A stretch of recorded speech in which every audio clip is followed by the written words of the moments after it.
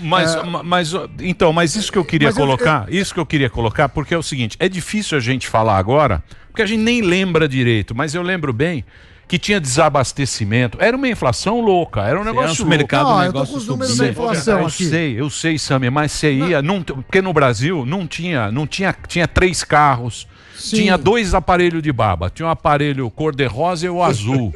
Não tinha um esquema, não era que nem é hoje, que você tem um monte de produto. Tinha 3 produtos, você ia lá e faltava no supermercado, aí o cara tinha que fazer compra, porque senão não dava para fazer compra. Foi um período louco, das dispensas em casa. Foi um período louco. A inflação em 90, que foi o ano do plano, foi 1.476%. Do ano anterior tinha sido 1.782%, não foi uma grande melhora. Depois, em 91, caiu para 480%, e em 92, 1.158%. Eu tenho vários problemas com esse plano, acho que foi um dos piores planos entre vários. O Brasil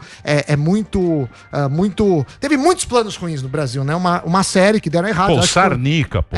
Eu fui fiscal do Sarnica, pô. Eu ficava no supermercado brigando. É que você era pequeno. Não, mas é só os velhos que lembram. Mas eu lembro dos Mas do Collor não deu certo também. Eu queria perguntar mas era outro país, era outra coisa. Eu acho que uma coisa interessante que o Collor fez foi aquela questão das carroças, né? Que ele falou, os carros são umas carroças, abriu o mercado, para mim foi o maior acerto do ponto de vista econômico. Mas eu queria perguntar o seguinte, vamos olhar para frente.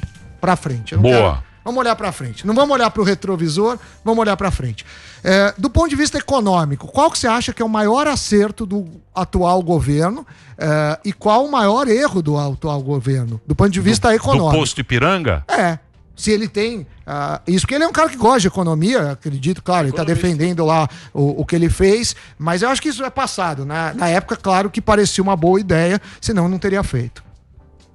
Bom, como todo liberal, e ele é ultraliberal, o nosso ministro da Economia, né, ele entrou com a aplicação das medidas do ajuste fiscal. Quer dizer, que é o fundamento do programa liberal, é o ajuste de contas, o equilíbrio das contas públicas. Aliás, eu gostaria de dizer que o meu governo foi o único governo, desde que a República foi instaurada no nosso país, que apresentou mês a mês superávit na execução orçamentária, durante todo o período em que governei o Brasil, mês a mês. Nenhum outro governo apresentou isso. O que significa superávit na execução orçamentária? Significa que, em todos os meses, nós não gastávamos mais do que nós arrecadávamos. Estávamos rigorosamente aplicando esse programa e que foi adiante, né? Depois, os outros governos só veio a ser recuperado com o Plano Real, lá já no governo com o Itamar, mas quem fez foi o Fernando Henrique Cardoso. Bom, então hoje o programa ultraliberal do ministro da Economia é um programa que não se adapta mais ao momento que nós estamos vivendo, porque o ajuste de contas não se concilia com a necessidade que o Estado brasileiro tem de fazer frente às enormes necessidades da população que está sofrendo em função da pandemia que se abateu sobre nós e sobre o mundo. Então, uma coisa não concilia com a outra. Ele agora apresentou, por exemplo, a reforma tributária. Apresentou de uma forma equivocada, porque primeiro está apresentando de uma maneira fatiada. Apresentou um pedacinho depois de 1 ano e meio de atraso em que foi anunciado que essa reforma tributária seria encaminhada ao Congresso.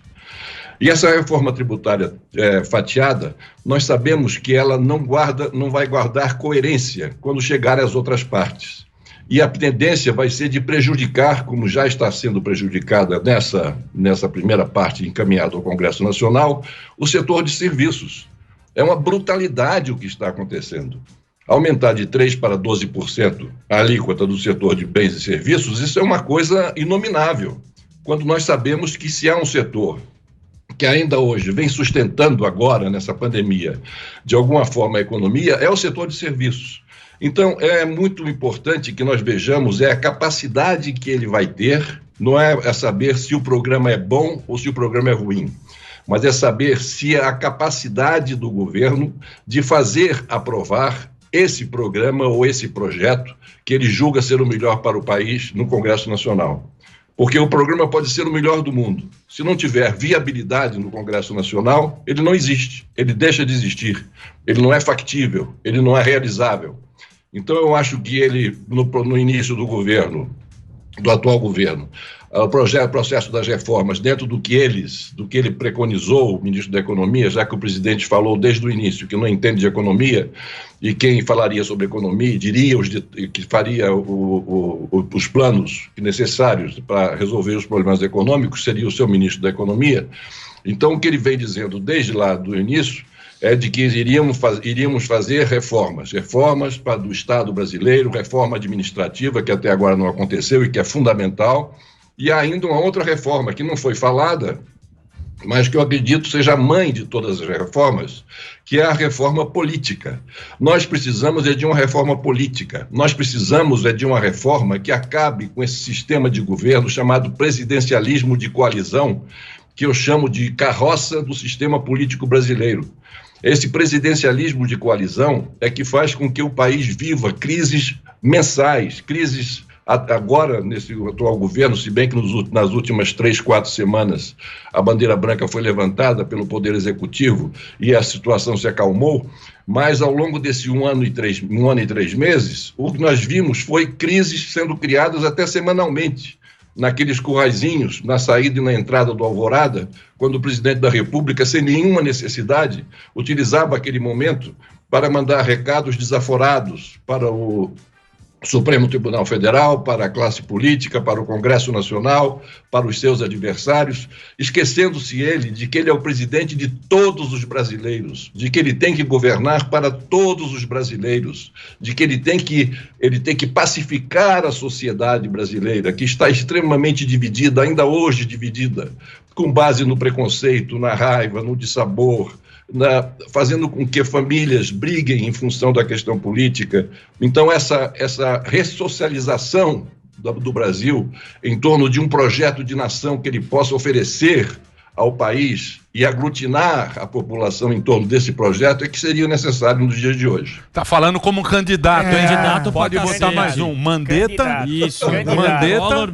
E a camisa dele, o tempo é senhor da razão, já tá aqui, ó.